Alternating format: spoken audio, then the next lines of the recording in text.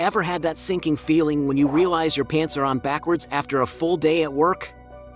Well, buckle up, because that's nothing compared to the embarrassment of confidently spouting facts from the internet, only to discover they're about as reliable as a chocolate teapot.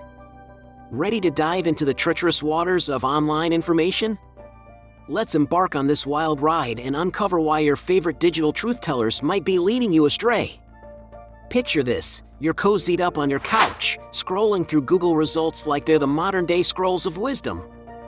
But hold on to your keyboards, folks, because here's a mind-bender for you. Did you know that sometimes those facts you're gobbling up come straight from the digital Wild West of Facebook and Twitter?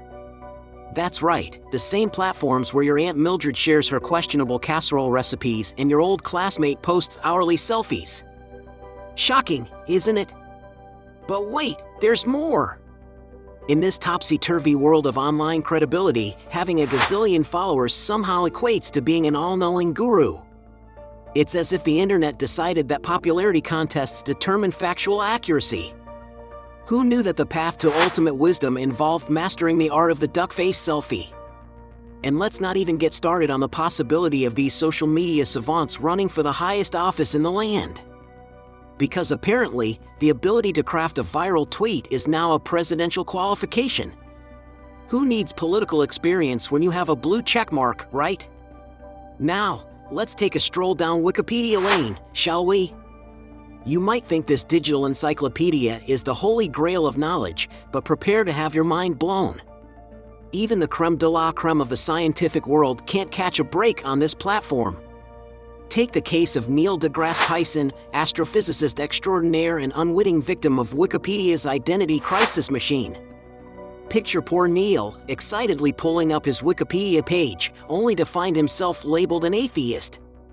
Can you imagine his cosmic-sized frustration as he repeatedly corrected this information, only to have it revert faster than you can say Pluto is not a planet? It's like playing whack-a-mole with your own digital identity.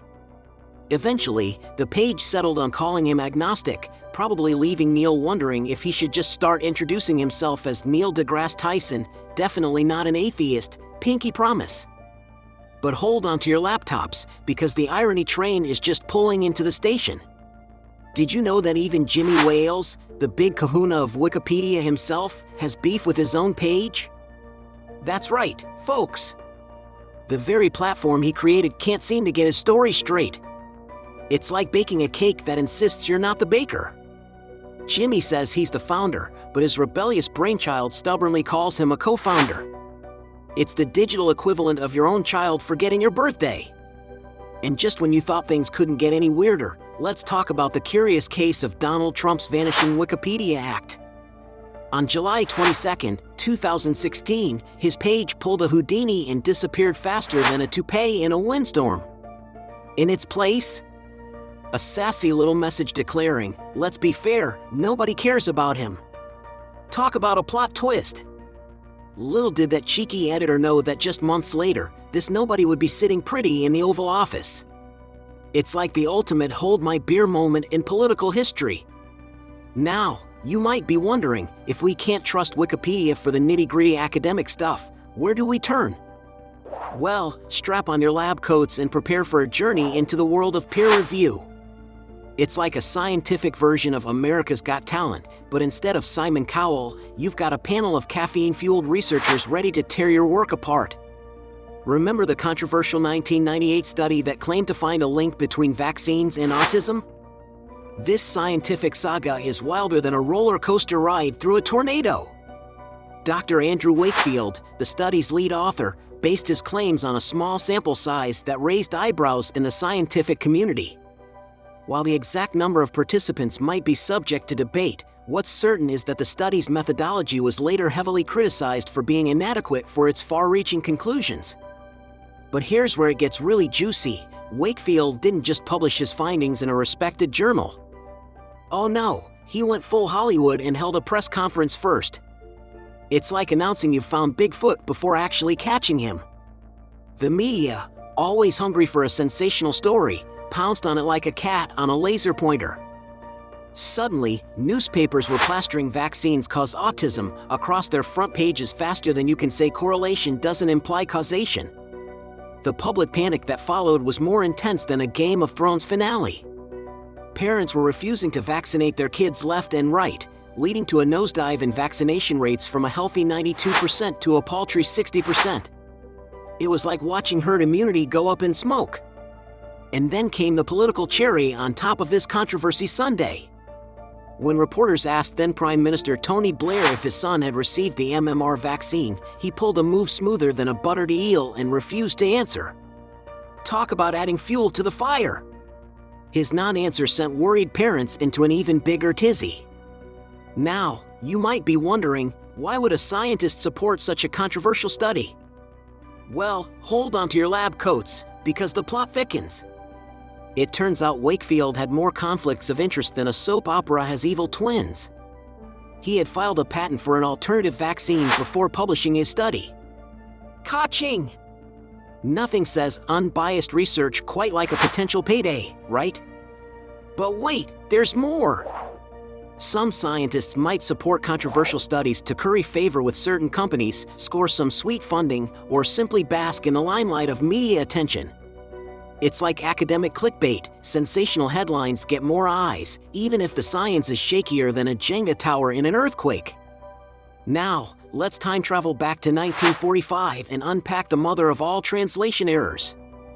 Picture this: World War II is winding down, tensions are higher than a giraffe's ears, and the Allied powers send Japan an ultimatum to surrender unconditionally. The fate of millions hangs in the balance, and what does it all come down to? A single word: mokusatsu. The Japanese government used this word in their response, and here's where things went sideways faster than a boomerang in a tornado. Mokusatsu can be interpreted in two ways: to refrain from comment or to treat with silent contempt. Talk about a linguistic tightrope walk. The Allied translators, probably running on coffee and stress, interpreted it as the latter, a dismissive brush-off of their surrender demand. Can you imagine the facepalm moment when they realized the potential misunderstanding? It's like accidentally liking your ex's Instagram post from 5 years ago, but with nuclear consequences. This mistranslation, combined with other complex factors like the ongoing war, the desire to end the conflict quickly, and the demonstration of newly developed atomic weapons, potentially influenced the devastating decision to drop atomic bombs on Hiroshima and Nagasaki. The result? Over 129,000 lives lost in the blink of an eye, all potentially influenced by a word with more meanings than a politician's promise. It's a sobering reminder that in diplomacy, every word counts more than the points in a Scrabble championship final. While the mistranslation wasn't the sole reason for the bombings, it highlights the crucial importance of accurate communication in high-stakes situations.